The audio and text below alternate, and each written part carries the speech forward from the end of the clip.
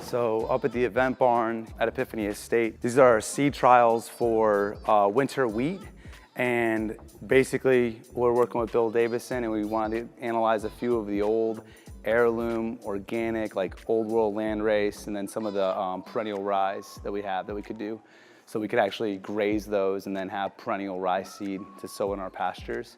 This is the Sepholzer Perennial Rye. We grew this as an annual. What you can do is grow this as a perennial, and what you do is you grow it for a season, mow it or graze it, and then that winter it lives and it puts more root development down.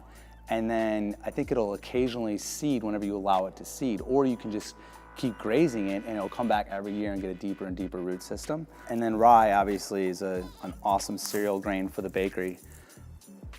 Those are the rye seeds right there. They're a little small, but the goal is to take all of this seed and then plant it this year. So we bought a pretty small seed packet from Sepholzer. It was enough for I think like 100 feet. And then we just took the best of the best out of that 100-foot row. And then that's what we're saving here for the seed for this fall.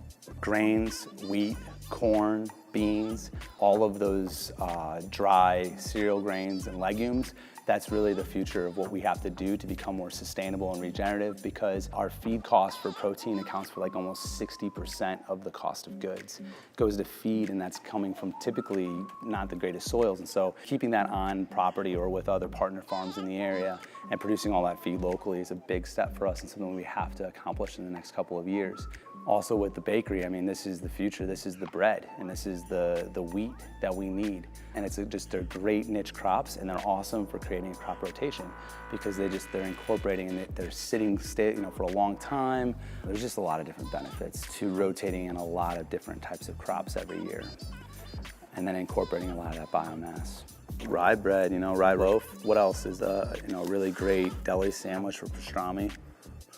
We really want to put a pastrami sandwich on the bakery menu, Bakery and Pickle bar. And we don't even need 5% of this to plant. We're not planting a huge field. It's like a 1/4 acre of rye we're putting in, and then an acre of wheat. And so it's not a ton. And so this will actually give us all the test batches and a lot of loaves during the winter.